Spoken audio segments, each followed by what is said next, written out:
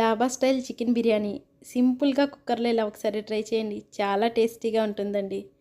పొయ్యిపై cooker పెట్టి ఆ కుక్కర్లో ఒక కప్పు వరకు ఆయిల్ వేసుకోండి. హోల్ బిర్యానీ మసాలన్నింటినీ వేసుకొని ఇవి వేగాక కట్ చేసుకున్న ఉల్లిపాయ ముక్కలు, రుచికి సరిపడా అంత ఉప్పును కూడా వేసి ఉల్లిపాయలు బాగా వేపుకోండి. అల్లం పేస్టు, పసుపును కూడా వేసి ఇవి వేగాక చికెన్ కూడా వేసి బాగా వేపుకోండి.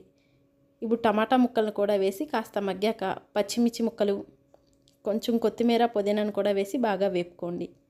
ఇవి వేగాక 2 స్పూన్ల వరకు కారం, 1 స్పూన్ వరకు ధనియాల పొడి, గరం మసాలా, బిర్యానీ మసాలా, అరకప్పు వరకు పెరుగును కూడా వేసి బాగా కలుపుకోండి.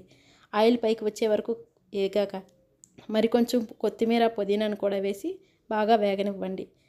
ఇప్పుడు 3 గ్లాసుల వరకు వాటర్ని వేసి ఎసరు మరిగాక 2 గ్లాసుల వరకు బాస్మతి రైస్ని వేసి కుక్కర్ మూత పెట్టి 3 విజిల్స్ వచ్చే వరకు ఉంచుకోండి.